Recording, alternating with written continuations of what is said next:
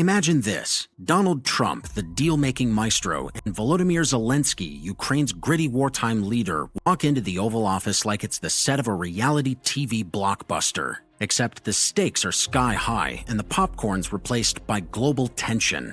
On February 28, 2025, these two squared off in a shouting match that's got everyone buzzing.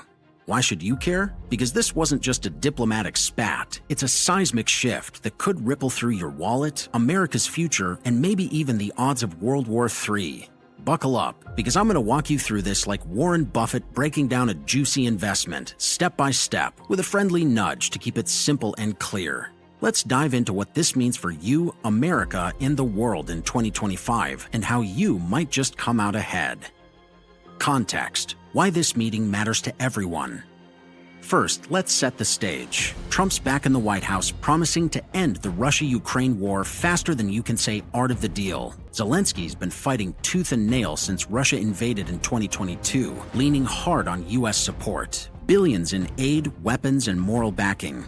We recently passed the 3-year anniversary of that invasion, and the world is watching. People need to know about this because it's not just about two leaders yelling. It's about power, money, and peace. Trump's pushing a new game plan. Less military babysitting, more economic deals, like tapping Ukraine's rare earth minerals. Zelensky's pushing back, desperate to keep America in Ukraine's corner. This clash isn't just headlines, it's a signal of where the world's headed. Now let's break it down with an eye on the bottom line. What happened at the meeting?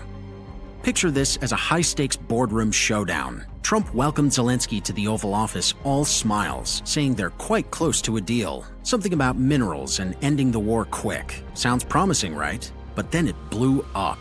Trump bragged about talking to Putin, saying he's the only guy who can broker peace. Zelensky fired back, accusing Trump of swallowing Russian propaganda and sidelining Ukraine.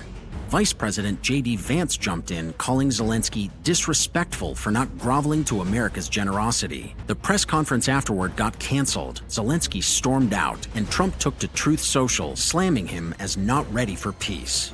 From some people's point of view, this was a classic miscalculation. Trump's betting big on his dealmaker swagger, but he underestimated Zelensky's resolve. It's like buying a stock without reading the fine print. Risky. For America, this signals Trump's America First pivot. Less charity, more quid pro quo. For you, it's a heads up. Global stability is wobbling, and that affects everything from gas prices to your 401k.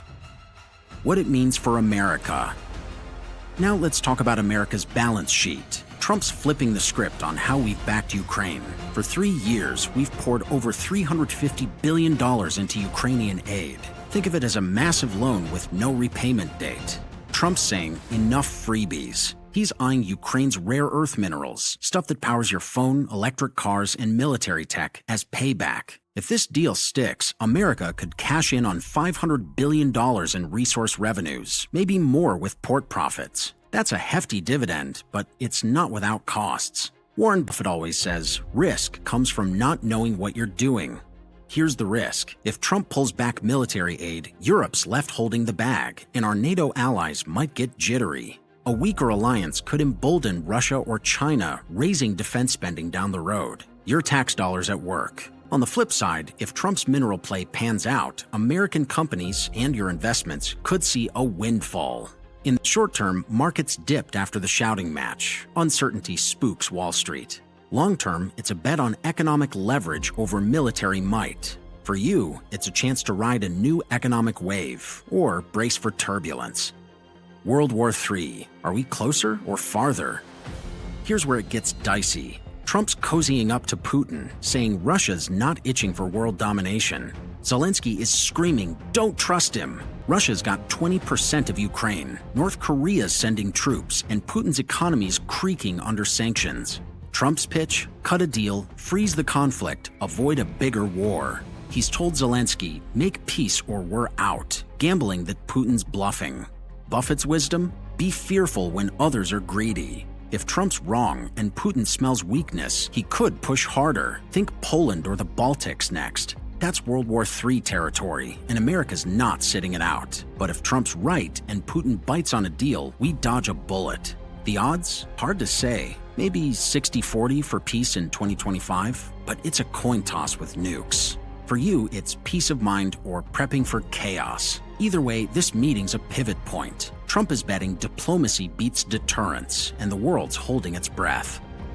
How you can benefit in 2025. Let's get practical. How do you profit from this mess? If Trump's mineral deal goes through, companies in mining, tech, and energy, think Lithium Americas or Freeport-McMoRan, could soar. Buffett loves a good value play. Buy when others panic, like post-shouting match dips. If peace holds, oil prices drop. Hello, cheaper gas. And defense stocks like Lockheed and Raytheon might cool off. Invest there if war fears spike. On the flip side, if tensions escalate, gold and utilities, safe havens, look tasty. Buffett's rule? Diversify. Maybe stash some cash in a Trump peace dividend fund, if it existed, or hedge with bonds. Everyday benefits? Lower fuel costs if peace sticks, or tighter budgets if war drums beat. Stay sharp. 2025's a roller coaster, but smart moves now could pad your pockets. So there you go. Trump and Zelensky's blowout is a wild card. America's shifting from war chest to deal maker, eyeing mineral riches over military handouts. It might cool World War III or light the fuse. You could win big with savvy investing or just enjoy cheaper gas if it works out. High stakes, big rewards, some risks. What do you think? Will Trump's gamble pay off, or are we in for a bumpy ride? Let me know in the comments. I'm all ears.